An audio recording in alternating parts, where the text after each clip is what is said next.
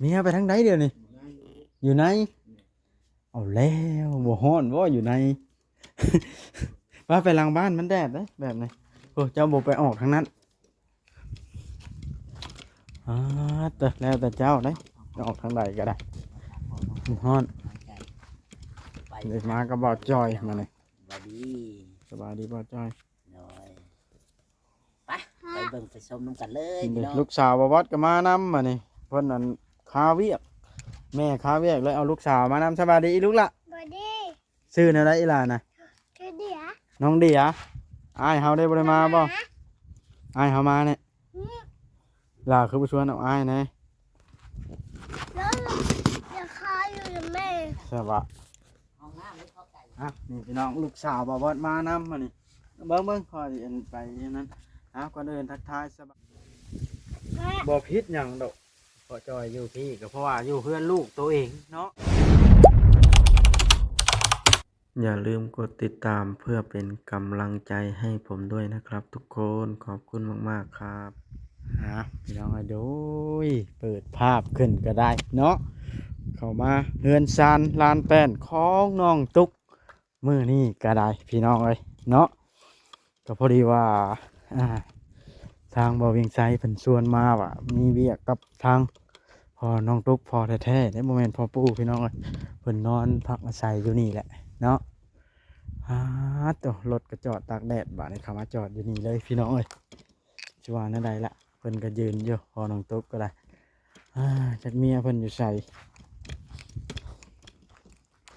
เมียเพิ่นก็ได้สบายดีเด้อพ่อจ้อยเด้อเมียไปทางไหนเดี๋ยวนี้อยู่ไหนเอาแล้วบ่ฮ้อนบ่อยู่ใน ว่าไปหลังบ้านมันแดดเด้แบบไหนโอ้เจ้าบ่ไปออกทางนั้นแต่แล้วแต่เจ้าเด้จะออกทางใดก็ได้มันฮ้อนเด็กมาก็บ่จอยมาเลยสบายดีบ่จอย ไปเบิ่งไปชมน้ำกันเลยพี่ เด็ก น้อง ลูกสาวบ่วัดก็มานำมานี่เพิ่นนั่นคาเวียกแม่คาเวียกเลยเอาลูกสาวมานำสบายดีอีลูกละ บอดี้ ชื่อแนวใดอีหล่ะนะ คือเดีย น้องเดียอ้ายเฮาได้บ่ได้มาบ่อ้ายเฮามาเนี่ยล่ะคือบ่ชวนเอาอ้ายแหน่ แล้วจะคาอยู่กับแม่ ใช่ปะ ห้องน้ำไม่เข้าใจ นี่พี่น้องลูกสาวบ่วัดมานำมานี่เบิ่งคอยอันไปนั้น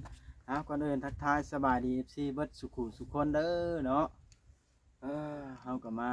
ลิ้นน้ำวัดจ้อยมื้อนี้เรื่องราวหลายเรื่องนั่นแหละพี่น้องเฮาได้เข้ามามื้อนี้เฮาก็ซื้อเอาผ้าอ้อมเล็กน้อยแล้วก็เครื่องอาบน้ำเล็กน้อยนั่นแหละพี่น้องเนาะมาให้ลูกน้องตุ๊กเป็นเงินของผู้ใหญ่ใจดี FC เพิ่นพุ่นละเวลาเฮาก็เพราะว่าเพิ่นส่งมาไว้ให้ใช้จ่ายในโรงพยาบาลโรงหมอเนาะส่วนที่เฮาใช้จ่ายในโรงหมอบ่เบิดเฮาก็ไปซื้อของมาต้อนแบบนี้แหละพี่น้องเอ้ยเพราะว่ามื้อนั้นน่ะบ่เวียงได้ใช้เลือดแล้วหั่นนะอันเงินเลยเหลือไว้ใช้จ่ายซื้อเครื่องซื้อของมาต้อนมาอันนั้นแนวกินแนวอยู่อันนี้เฮาก็ซื้อมาเนาะแนวกินแนวอยู่เบิ่งแยงน้องตุ๊กกันละพี่น้องเอ้ยเนาะสำบายอยู่กับน้องตุ๊กมาอยู่พี่นะพี่น้องเอ้ยมันส่วนตัวมันแบบจักสิว่านั่นได้แล้วมันอิสระนะแต่ว่ามันขาดน้ำขาดหลายอันอยู่ก็เลยอยู่บ่ได้เพิ่นว่าเด้ลูกเอาเองเป็นสัมภาษณ์เป่าจ่อยชาแนลแล้วทั้งนั้นล่ะคือบ่ขึ้นอยู่รถท่าลูกลงมาน้ำพ่อเชียง เมื่อพูดถึงผมก็เอามาใช่บอกตัวอะไรเนาะ อันใด เนี่ยพวกมือหนึ่งหมูแกงมันอย่างนี้คือเพื่อเป็นของทั้งประจอยเป็นชื่อเองเบิร์ดนะ อ๋อ เฮ้ยประจอยขึ้นไปนั่งตรงนั้น คือไปนั่งกันได้ เนาะ ผู้ไปนั่งทั้งผู้ทั้งผู้มันพวก บอกเวียงนั่งทั้งนั้นเนาะอีลากขึ้นมาอีลากกันนะฉันโมอยู่รถท่านะนั่งยก ใช้อยู่เพื่อนกับไพ่เหมือน สบายดี อยู่กับเมียอยู่เพื่อนนี่แหละ โมอยากทำกล้องน้ำกันทั้งแล้วเนาะ FC กำลังอันย่องว่างามก็ได้ นี่ เป็นอะไรข้าวน้ำซ้ำปลายังหลายบ่ในเฮือนเดียวนี่บ่มีซ้ บ่มีช้ กินอยู่ใช่จ้ะ ว่านนี่ไปตัดอ้อยชื่อเอาสองลูก ก็ซื้อมาไว้เนาะ โอ้ ตัดอ้อยเมื่อวานนี้ได้2 ลูกพี่น้อง ไปตัดอ้อยซื้อข้าวโลข้าวปองมาพอได้กินโอ้น้ำในได้เดี๋ยวนี้นะเจ้าอยู่นี่นะเจ้าไปเอาอยู่ใช้มาล้างถ้วยล้างบวง พุ่นเดียวอยู่ ไปขอเอาโยกเอาน้ำขาวอยู่เตียงหลังนั้นอ๋อได้กระตุกบ่ได้ใส่ทางหน้าเป็นจักแล่นมา รถยังอาบได้จ้ะ จะอาบเยี่ยมเขานะ อาบอยู่ต้องเขาอีกตอนเช้าก็ต้องไปพุ่น ตอนเช้าก็ไปพ่นตอนแรงบ่ว่าตอนใดแล้วเนาะต้องการใช้ ไปถึงมื้ออ่ะเนาะ อืมบ่ผิดหยังดอกพอจอยอยู่พี่ก็เพราะว่าอยู่เพื่อนลูกตัวเองเนาะ แม่ของตัวเองปลูกเนี่ยปลูกเนี่ยพังกับปลูกไว้กิน ก็มีน้ำมีใช้คาดการณ์ในที่อันอยู่จนน้องตุ๊กหันบ่หรือว่าใด เนี่ยอยู่จนเพิ่นหัน เพิ่นแข็งแรงโอ้อ่า ไปเยี่ยมเพิ่นอยู่บ่ ไปตัดมื้อ เมื่อผมไปทางเช้าก็ต้องแรง ตอนเช้าตอนแรง ไปเยี่ยมยามเพิ่นหันไดกันที่หาไปอยู่พุ่นบัดบ่เป็นเนาะเอาก็ได้ บ่ได้บ่บ่ได้เออ แม่ เดี๋ยวน เลย ฮะ เดี๋ยวเลย เราเพิ่นเราไปอยู่พุ่นไปอยู่บ่ได้ต้องเที่ยวไปจอบเอาลูก เราสิอยู่บ่ได้หรอก อืม กินข้าวกับหยังมานี่ กินครับกินหมูแต่วาน ผักแล้วค่ะสุดยอดอาหารแล้วสี กินหมูเนาะในแซ่บ อืม ซื้อมาตานอนแล้วก็ซื้อมาบ่ได้จักมัดแล้วยังได้ชิ้นหมู โอ้ย70 มัด 70 มัด เมียกับ70 2 คนนะ เฮ็ดลิ้นแท้ 2 คน70 มัด เล็มอ้อยบ่หรือบันได แม่นอ้อยงัวท่า อ๋อ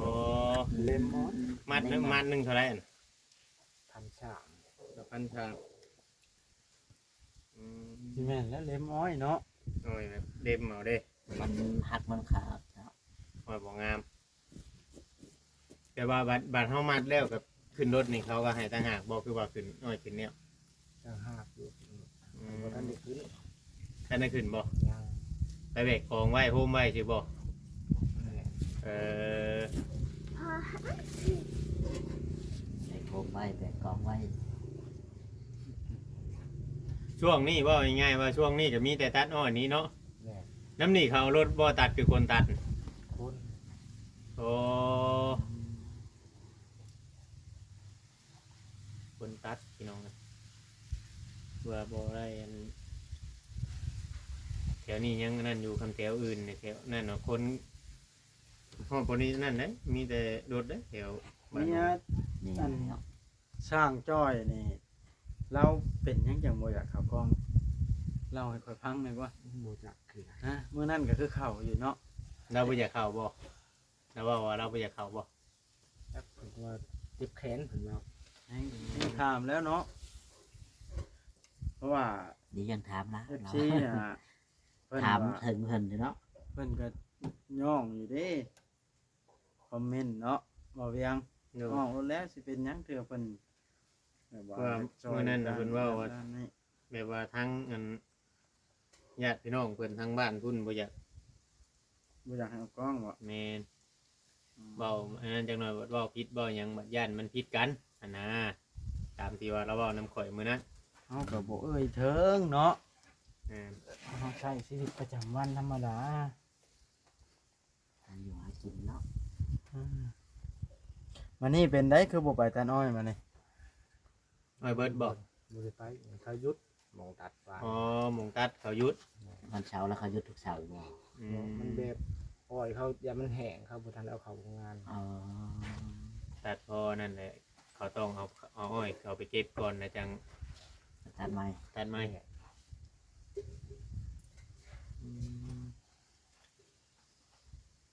วันนี้ถือว่าโชคดีนะเนาะมาเจอแล้ว โชคดีนะ น้องตุ๊กบ่ได้โทรหาเจ้าบ่ โชว์วังเช้าวังสวย เออ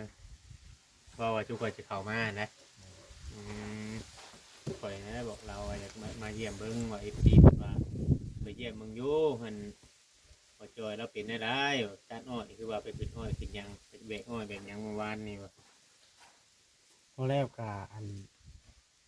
FC เพิ่นคอมเมนต์ทางช่องหอยหลายๆแล้วสมมุติว่าอันให้น้องตุ๊กขึ้นมาอยู่พี่แหละพอสิมีบ่อนเฮ็ดเทือนให้อันพ่อน้องตุ๊กอยู่บ่เพิ่นว่าพออยู่ใกล้กันนะ ว่าปลูกกระต๊อบมันหยังนี่บ่ แม่นพอได้อยู่ใกล้ลูกใกล้เต้าว่าอยู่ใส่ก็ใช้ชีวิตหาเงินเลี้ยงชีพคือเก่านะเพิ่นว่านะเจ้าสิอยู่บ่เนาะ เจ้าสิอยู่บ่สมมุติว่าเขาให้เขามาอยู่นี่แล้วปลูกกระต๊อบมันหยังแล้วเจ้าอยู่นํกัน อยู่ได้อยู่บ่ กับลูกกับหยังแบบนี้นะแล้วเจ้าเป็นชื่อไผเชื้อโรคจกชราเจลให้นะเนาะ เจาะน้ำต่อในให้ใช้เนาะ ๆอยู่ได้ ฮะ ให้ก็ได้ ไล่อยู่บ่อืม แต่ว่าต้องถามเมียอีกทีหนึงได้เนาะ แม่น นี่ก็ได้ ต้องถามเป็นครูเนาะคนหนึงอยากอยู่คนหนึงบ่อยากอยู่นี่ สมมุติว่าสมานเจ้าอยู่พี่หรือว่าลูกเจ้าลงมาอยู่นี้แหละจุมเจ้าอยู่นํกันแบบมันอุ่นเอียนได้สมมุติว่าให้แล้วลงมาอยู่ผู้เดียวนี่มันบ่ได้มีไผ มันตกนะเนาะ มันบ่เป็นแต่อยู่ มันบ่คอยบ่เห็นไผเนาะ แม่นแต่บ่ได้ติเพิ่นดอกสมมุติว่าออกพื้นออกไฟผูกแขนผูกหยังแล้วนะ FC เพิ่นคอมเมนต์มาเนาะ มาอยู่พี่แล้วพออยู่แล้วพากันเฮ็ดกระต๊อบกระแทบดูแล้วเป็นชื่อไฟโซล่าช็อปโซล่าเซลล์ให้ใช้พื้นไทยไฟ ผูกข้อต่อแขนในแบบว่ากะเกียมเตรียมสิเฮ็ดใหญ่หรือเฮ็ดน้อยอันนี้ไผสิเป็นเจ้าภาพทางเจ้าบ่หรือทางปู่น้องตุ๊กหรือน้องตุ๊กเป็นเจ้าภาพ เขาว่าเขาสิเฮ็ดเองเขาว่า เรื่องแนวกินแนวอยู่ได้ แม่ เพราะว่ามันเกิดอ เชื้อยู่ บ้า กับ น เรา เพิ่น เนี่ยเห็ดเนาะอยู่เพื่อนน้ำดาวเลย อืม เพราะว่าตั้งแต่เกิดอันนั้นอันนี้แต่กี้ก็ทั้งเขาไม่ได้อยู่เลยนี่นะตามที่เขาเบิ่งสถานการณ์ ว่าเลยดิ แต่ว่าอยู่โยแบบเที่ยวมาเบิ่งมาหยังหัก เที่ยวไปเที่ยวมา เป็นเครื่องของเครื่องครัวมาหยังกะยันว่าหาจะชื่อข้าเจ้ากลับมาหนึ่งจักเนาะเดือนนี่เนาะ แม่ ข้าพเจ้ากลับขึ้นมาเยี่ยมนี่ได้อันนี่ เราซื้อเองเบิดบ่ แม่มันชื่อ ตัวเก่ามันเพิ่นเอาลงทุนบ่ แม่ ตัวเก่ายังเขาเจ้าเอาลงไปไหว้พุ่นเนี่ยบ่ได้มีอะ บ่มีหยังเลยจะมาก็ได้มีแต่เพื่อน วันนี้เจ้าไปอาบน้ำอยู่ใช้เจ้าน่ะ ผู้ไปอาบมองเที่ยงอันนั้น เพียงหลังนั่นบ่ แม่ หลังนั่นน่ะมีน้ำเนาะ แม่ ตอนมีก๊อกอยู่ตะกี้น้ำเฮาเคยไปตอน เที่ยงก็ไม้น่ะบ่ ก็อาบอยู่พุ่นเนาะใช่อาบอยู่พุ่น ใส่ไปอาบเนาะ โอ้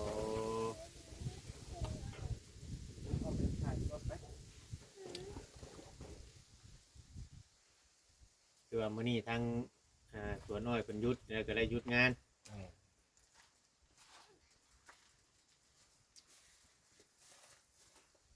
แต่ทั้งเตาถอกเตาถ่านกับเขาบ่ได้โทรนำน่ะว่า เนาะ เพิ่นก็ฮู้อยู่เฮามาช่วงในลูกเนาะ แม่ ลูกคลอดลูกเกิดลูกบ่ได้อันนั้นเนาะ ไก่บ่บนไปตันอ้อยเมื่อวาน พูดเลยที่ดวงมะแงว ไปที่บ้านดงเงี้ยวพุ่น พอได้รถคันนี้เจ้าก็ได้รถจักรนี่คู่ใจเนาะไปใส่ก็ซิ่งไปเลย มาแต่บักเซกับคันนี้ คัน เก่งเติบเนาะ ขับมาแต่ปากเซ่ผู้ ก็จุ่มเฮายังบ่กล้าขี่ลงไปแล้วว่าเจ้ยเราขี่ไปรถฮู้ใจเลยได้ฮู้ใจมันได้ ลงสวรรค์นี่เขายังบ่จ้อยจนถาม อันนี้ว่ารถเราลงสวรรค์นะ เอาค่อยคิดว่ามีคันอื่นหรือว่าไม่คันนี้ คันเดียว คือว่ามันก็คุ้มค่าอยู่เด้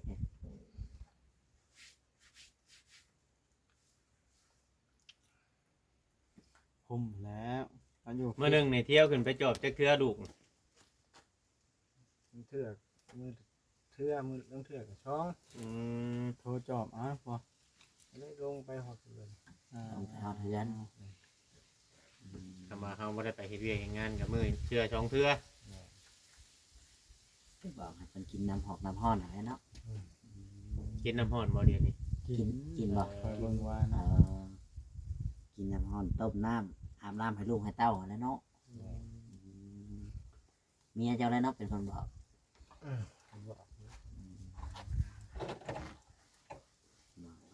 ยากได้เลี้ยงลูกน้อยผัวบ่อยู่นี่เนาะอยากแล่นหั่นแล่นนี่ผัวบ่อยู่สิเอิ้นใช้ปู่ใช้ย่ามันผัดบ่คือเนาะ แม่ บ่ได้แล้วคันว่าอยู่ เรามา กับพ่อ เราก็ไปอันตัดอ้อยเฮ็ดเวียกงานเราปกติแล้วเนาะกลัวเรานะ บ่ได้อยู่เบิ่งแยงเนาะ จะมาฟ้าให้น้องเพิ่นอยู่ผู้เดียวจ้ะแม่นบ่ อยู่กับลูกน้อยเด้ อยู่กับลูกน้อยนะบัดอยากอาบน้ำอาบในเห็นไหม ให้เราก็ได้ บ่ได้ลาวหั่นแล้วก็สิป้าลูกไว้ติ ให้ล่ะ น้องตุ๊กนั่นแหละ จังเราอาบน้ำให้เป็นหรือบ่เนาะ บ่ให้เราอาบให้ได้เถื่อติ คนให้น้อยๆยังบ่มีประสบการณ์ เด็กน้อยมันอ่อนได้เนาะเขาจับเด็กน้อยคนใหม่เนาะ อืม มันบ่ได้นั่นนะ อืม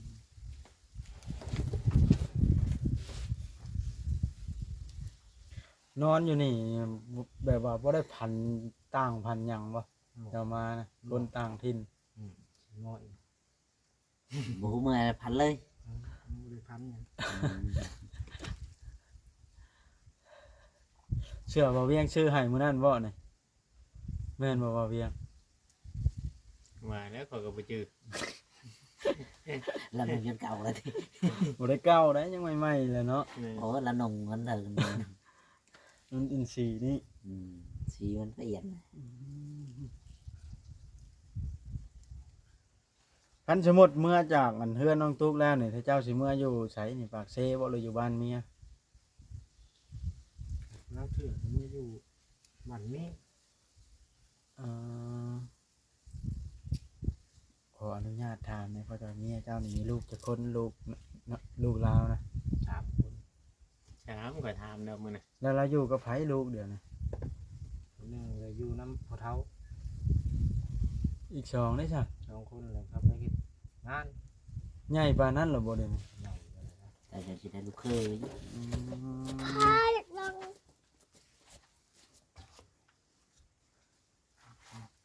ว่าแต่ซ้ำมันว่าง่ายๆถ้าแต่ละคนเดี๋ยวนี้นะซ้ำมันนั้นผัวบ่าวเมียสาวลูกก็แตกไปอยู่ทางไผทางมันเด้เนาะ แม่ คือน้องติ๊กมิกก็ไปอยู่นำอีกผู้หนึงเนาะ ฮอดปีเดี๋ยวว่าจะเอากับเรากับเมีย เหาะ ฮอดแล้วบ่เออ พ่อกันอยู่ใช่ไหม เหาะฮักพ่ออยู่ที่นู่น พอซื้อเนื้อหมักเลย เฮ็ดอะไรจังพอกัน แล้วคุณมาคายเชือคายอันนั้นเด้ในชิโนในหาดเขาอะ คาลมเจ้านี่จังแน่นอนเติบ แล้ว เนาะ ไปจองแค้นเจ้าบ่แล้วไปจองแค้นเจ้าว่าชื่อเชื่อช่อแน่สิบ่ อ่า เออ ก้นหมูปากอะคือเนื้ออะไรอันนี้ เฮ็ด เนาะ กันเด็ดแท้เนาะแต่ข้าวเมียตายแล้วมันเป็น10หรอบ่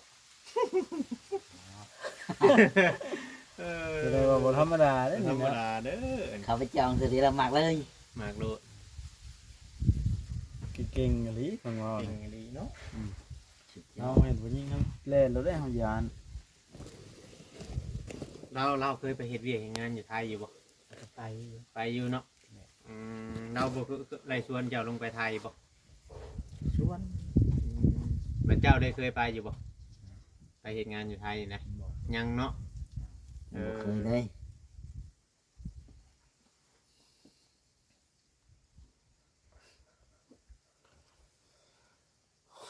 มื้อนี้ลงเยี่ยมน้องตุ๊กมาแล้วมื้อนี้เนาะหันดีอยู่เพิ่นก็ อันนี้วะ ถือว่าแข็งแรงไวเนาะ เด็กน้อยได้บ่ว่า อืม ถ้าผู้เฒ่านั่นมันยังก็อยากนานเช้าเป็นหยังก็ยากทำเด็กน้อยสิแข็งแรงไว้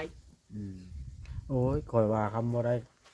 เงินผู้ใหญ่จากเจ้ามาเข้าเลือดก็ เออ จะคิดยากอยู่ได้มาพักพื้นก็ได้ แม่นอันนี้มันเดือนบ่เช้าปลายเปอร์เซ็นต์เดี๋ยวนี้เนาะ จักสิเป็นอะไรขอยย่านอุกใจทำอิดย่านมันเป็นแบบแม่เล่าหั่นนะ FC เพิ่นก็คอมเมนต์ไลน์สิตามห้อยแล้วเพิ่นว่าโด แล้วบ่มีผู้ยืนมือเขาช่วยเนาะปล่อยให้เกิดลูกเองมาอยู่เองเนี่ยใดก็บ่อยากคิดสภาพเลยเนาะบ่เวียง แม่น ยากเติบ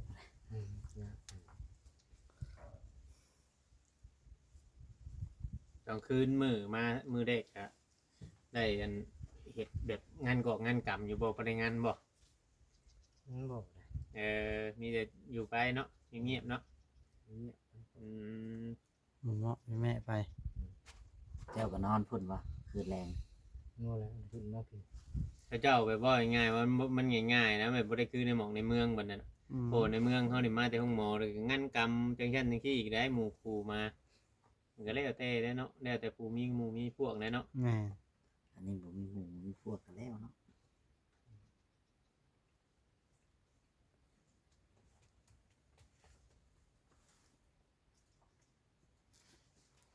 เอ้าบ่เวียงก่อนสิได้จบคลิปแล้วได้ จบคลิปแล้วบ่ แม่ จบเลย มันยืนยาวพอสมควรแล้วเด้นี่ เหมือนเดิมเลยเนาะ อืม อืม เนาะ โดยวันนี้ก็เขามาเยี่ยมมายาม